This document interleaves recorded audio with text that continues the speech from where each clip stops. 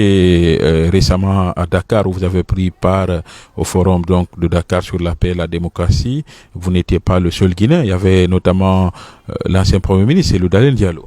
Au-delà de M. Cellou Dalein Diallo, il y avait aussi M. Komara, il y avait aussi M. Gouressi Condé. Donc, c'est une rencontre très importante où des personnalités et des experts, des questions de sécurité, des questions économiques et des responsables de premier plan des institutions internationales qui étaient à Dakar, en plus des chefs d'État, celui de l'Afrique du Sud, du Niger, du Sénégal, de la Guinée-Bissau, pour ne parler que de cela, et des autorités françaises, le ministre de la Défense, le ministre des Affaires étrangères, des représentants de l'Union européenne, de l'Union africaine, le président de la Commission de l'Union africaine, les représentants de la CEDEAO. Donc c'est et sans compter les responsables américains, le secrétaire d'État adjoint chargé des questions africaines. Bon, tout cela, c'est un beau monde avec des officiers qui connaissent les problèmes de sécurité. Donc, c'était important d'échanger avec tout ce monde, de les écouter, de prendre en compte les questions telles qu'elles se posent dans le monde contemporain, dans le monde dans lequel nous vivons, qui est plein de risques, plein d'enjeux. Et c'est extrêmement important en tant que responsable d'être plus disons, briefé et d'être plus au courant des difficultés, des menaces et des risques qui pèsent sur la région et sur le continent. On apprend que vous vous êtes entretenu avec le président de l'FDG à Dakar. Bon, on s'est rencontrés, c'est un compatriote comme j'ai rencontré Gouressi Condé, donc il n'y a pas de problème. Quoi, il a été question? Oh, ça n'a pas d'importance majeure. Bon, vous savez, lorsque des compatriotes se retrouvent ailleurs, il faut qu'ils échangent et c'est de bonne loi. Il ne faut pas chercher midi à 14 heures. Vous intéressez trop à des questions qui, à mon point de vue, sont des questions subalternes. Ce qui est le plus important, c'est la question de la Guinée, c'est la question de la nécessité de la transition politique, c'est la nécessité de faire en sorte que l'ensemble de la classe politique ait une claire conscience des enjeux actuels et de tous travailler dans ce sens pour que ce pays évolue dans la paix, dans la stabilité, dans une dynamique de réconciliation. C'est ça qui est fondamental.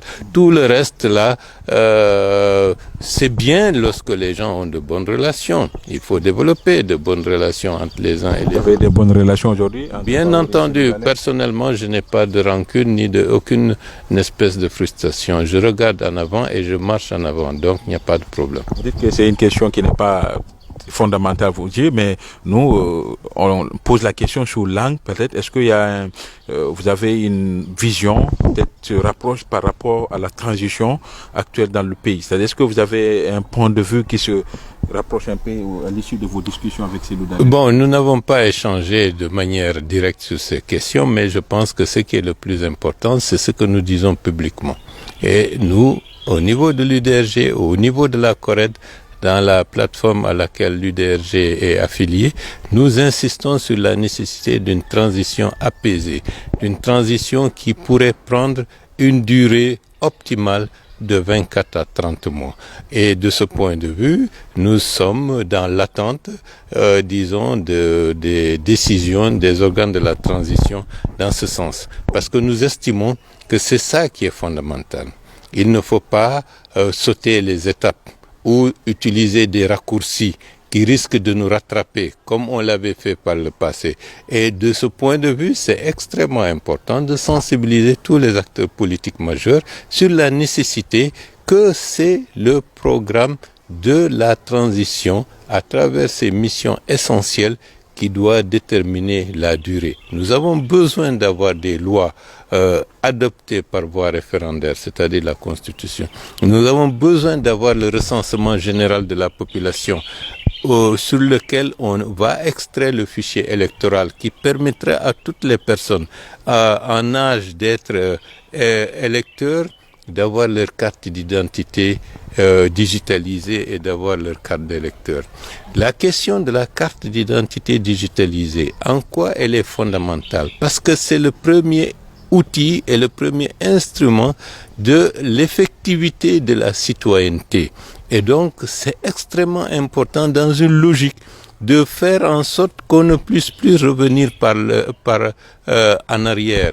Et ça permet de conforter, disons, un processus électoral à travers un fichier électoral conséquent, exhaustif, parce que lorsque vous procédez au recensement général de la population, vous prenez en compte aussi bien ceux de l'intérieur que de l'extérieur. Et ça, c'est un outil de travail, c'est un outil de gouvernance, c'est un outil de refondation de l'État. C'est un outil qui permet de faire en sorte que demain, que la politique publique, que la politique sociale puisse avoir des cibles pour permettre à des personnes qui sont considérées comme étant marginalisés, oubliés, que la puissance publique leur apporte concours, aide, etc. Donc c'est un outil extrêmement important de refondation de l'État. Et ça, si on parvient à le mettre en chantier, la Guinée aura fait un bond qualitatif important.